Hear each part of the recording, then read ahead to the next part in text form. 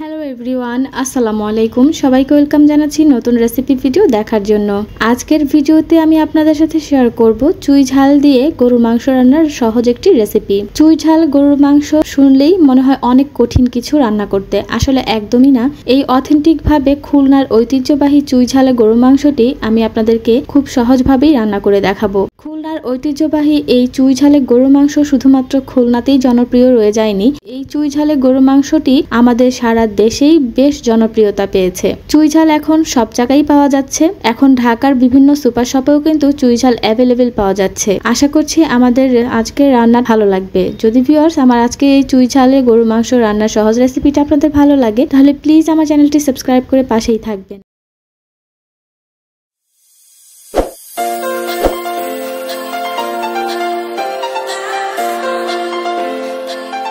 এখন আমরা চুই ঝালের সাথে প্রথমে পরিচিত হয়ে নিব। অনেকে আছে চুই ঝাল কি সেই সম্পর্কে ধারণা নেই। এই চুই ঝালটা এটু চুই ঝাল মাটির নিচে হয়ে থাকে, আর এই চুই ঝালটা গাছের ডালে হয়ে থাকে গাছ চুই ঝাল। এই চুই ঝালটার প্রাইস নিয়েছিল 500 গ্রাম 460 টাকা, আর এই মাটির নিচের যে এটু চুই ঝালটা আছে এটার প্রাইস নিয়েছিল 500 গ্রাম 600 টাকা। এখন এই চুই ঝালগুলোকে রান্নার জন্য কেটে ধুয়ে পরিষ্কার করতে হবে। তো আমি আজকে রান্নার জন্য এই যে গাছ চুই ঝাল, এই চুই ঝালটা ব্যবহার করব। তাই এর জন্য ভালো মতন উপরের যে খোসাটা আছে, কালো খোসা, এটাকে ছাড়িয়ে নিয়ে তারপরে এরকম লম্বা লম্বা করে কেটে নিতে হবে। তারপর ভালোভাবে আমি ধুয়ে পরিষ্কার করে নিয়েছি।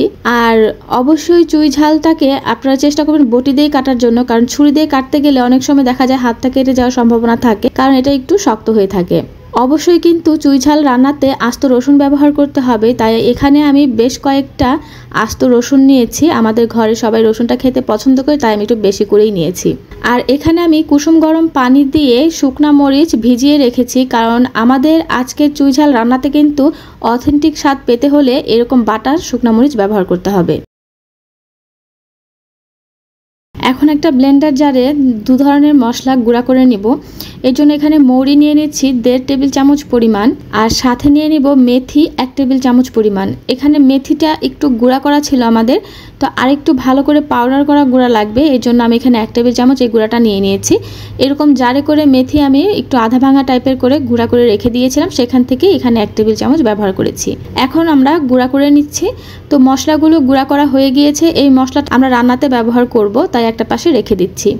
এখন সেম ব্লেন্ডারের জারের মধ্যে আমি নিয়ে নিচ্ছি শুকনা মরিচ। শুকনা মরিচটা গরম পানি দিয়ে একটু ভিজিয়ে রাখার কারণে খুব দ্রুত নরম হয়ে যাবে, আর আমাদের ব্লেন্ডার করতে সুবিধা হবে। আপনারা চাইলে শিলপাটাতেও বেটে নিতে পারেন। সামান্য কিছুটা সেই গরম পানি থেকে একটু পানি দিয়ে এখন আমরা এই পেস্টটা তৈরি করে নিব। মরিচ পেস্ট করা হয়ে গিয়েছে, আর অথেন্টিক স্বাদ পেতে হলে কিন্তু আমাদের এখানে শুকনা মরিচ বাটা বা শুকনা মরিচ ব্লেন্ডার করেই ব্যবহার করতে হবে এই চুই ঝাল মাংসর মধ্যে। এখন আমরা মাংস নিয়ে নিচ্ছি একটা বড় সসপ্যান বা বড় হাঁড়িতে করে। এখানে আমি 3 কেজি পরিমাণ গরুর মাংস নিয়েছি, আর গরুর মাংসটা কিন্তু আমি একটু বড় সাইজ করেই কেটে নিয়েছি। আর সাথে এখানে আনুমানিক 3 থেকে 3.5 কাপের মতো নিয়েছি মোটা করে কাটা রিং করে পেঁয়াজ, আর দিয়ে দিচ্ছি কয়েকটা তেজপাতা আর কয়েক টুকরো দারুচিনি, আর এখানে 7-8টার মতন এলাচ, লবঙ্গ 10-12টার মতো নিয়েছি। সাথে এখানে দিয়ে দিব ধনিয়ার গুঁড়া 1.5 টেবিল চামচ পরিমাণ, সাথে জিরার গুঁড়া দিয়ে দিচ্ছি এখানে 1.5 টেবিল চামচ পরিমাণ, হলুদের গুঁড়া দিয়ে দিচ্ছি 1.5 টেবিল চামচ পরিমাণ। মরিচের যে পেস্টটা আমরা তৈরি করে রেখেছিলাম, সেই শুকনা মরিচের পেস্ট এখানে আমরা ব্যবহার করছি 1 কেজিতে 1 টেবিল, অর্থাৎ আমরা এখানে 3 কেজিতে 3 টেবিল চামচ দিয়েছি। আদা আর রসুন বাটা একত্রে পেস্ট করা রয়েছে, এখানে আমি দিয়ে দিচ্ছি 6 টেবিল চামচ পরিমাণ আদা আর রসুন বাটা।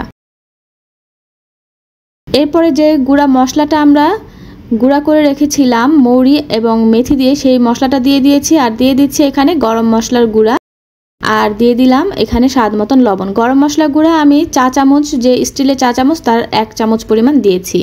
এখানে সরিষার তেল দিয়ে দিচ্ছি, আপনারা রান্নার সয়াবিন তেলও দিতে পারেন। আমি 1 কাপ পরিমাণ সরিষার তেল এখানে ব্যবহার করেছি। আপনাদের স্বাদ অনুযায়ী বা পরিমাণ অনুযায়ী এখানে তেলটা ব্যবহার করতে পারবেন। এবার হাত দিয়ে খুব ভালোভাবে মাংসগুলোকে মাখিয়ে নিতে হবে। এমনভাবে মাখাতে হবে উপর নিচ করে, যাতে মশলাগুলো প্রত্যেক মাংসের টুকরোর গায়ে লেগে যায়। আপনারা চাইলে মাংসগুলো সেম মশলা দিয়েই কষিয়ে তারপর মাংসটা রান্না করতে পারেন, তবে আমি হাতে মেখে গরুর মাংসটা রান্না করলে আমার কাছে মনে হয় বেশি ভালো লাগে, তাই আমি হাতে মেখেই রান্না করছি। আর এভাবে হাতে মেখে রান্না করলে কষানোর ঝামেলা নেই, আর এতে করে মাংসটা কিন্তু খুব দ্রুত এবং সহজভাবে রান্না করে নেওয়া যায়। এখন হাতে যে মশলাগুলো লেগে আছে এগুলোকে আমি ধুয়ে একটু অল্প কিছু পানি দিয়ে মাংসের মধ্যে পানিটা দিয়ে দিচ্ছি, আর দিয়ে আমরা হাঁড়িটাকে চুলায় বসিয়ে দিচ্ছি আর ঢাকনা দিয়ে ঢেকে 5 মিনিট আমরা এভাবেই রান্না করব মিডিয়াম জালে।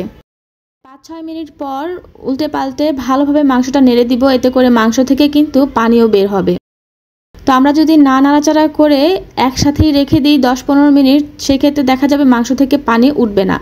তো আমরা তুলনামূলকভাবে পানি ওঠার জন্য একটু ভালো মতো নেড়ে দিব উল্টে পাল্টে, আর চুলার জালটা মিডিয়াম হাইতে রেখে রান্না করব। 10 মিনিটের জন্য ঢাকনা দিয়ে ঢেকে দিলাম। তো প্রথম স্টেপে আমরা ভালো মতো নেড়ে দেওয়ার কারণে দেখতে পাচ্ছেন এখন মাংস থেকে অনেকটা পরিমাণ পানি উঠে এসেছে। আমি কিন্তু এখানে কোনো পানি ব্যবহার করিনি। তো আমরা যে পানিটা উঠেছে এই পানি দিয়ে মাংসটাকে সিদ্ধ করে ফেলবো।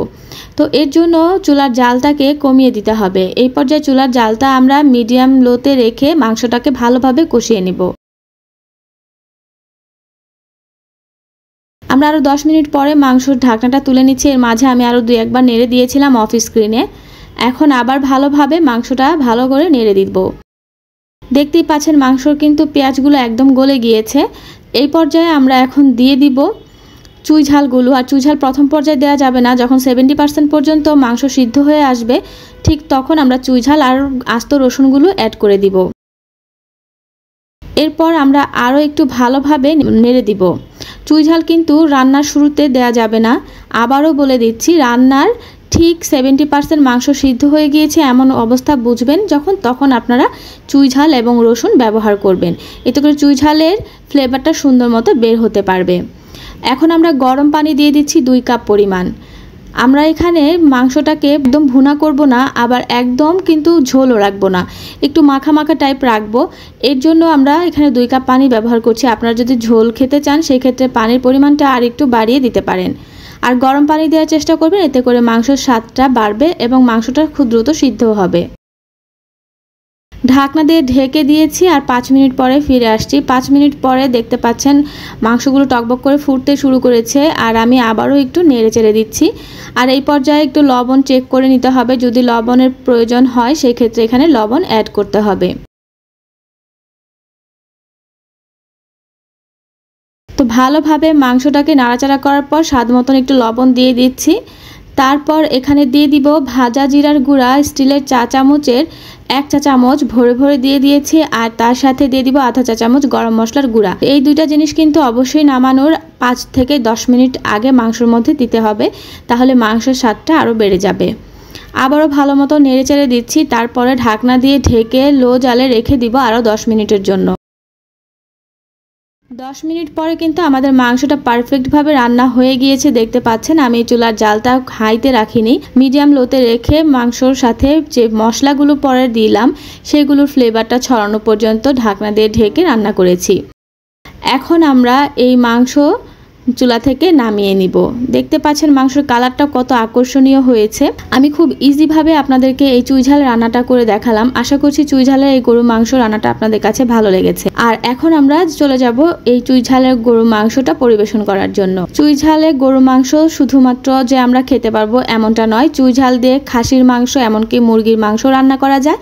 আর এখন অনেক জায়গায় দেখা যায় বড় মাছের সাথেও চুই ঝালটা খেয়ে থাকে। তো আমি চেষ্টা করেছি আপনাদেরকে অথেন্টিক স্টাইলে এবং খুব সহজভাবে চুই ঝালে গরুর মাংস রান্না করে দেখানোর জন্য। আশা করছি আপনাদের কাছে আমার আজকের রেসিপিটা ভালো লেগেছে। যদি ভিউয়ার্স আমার ভিডিওগুলো আপনাদের ভালো লাগে তাহলে প্লিজ আমার চ্যানেলটি সাবস্ক্রাইব করে পাশেই থাকবেন। আজকের মতো এখানে বিদায় নিব। সবাই ভালো থাকবেন, সুস্থ থাকবেন। আল্লাহ হাফেজ।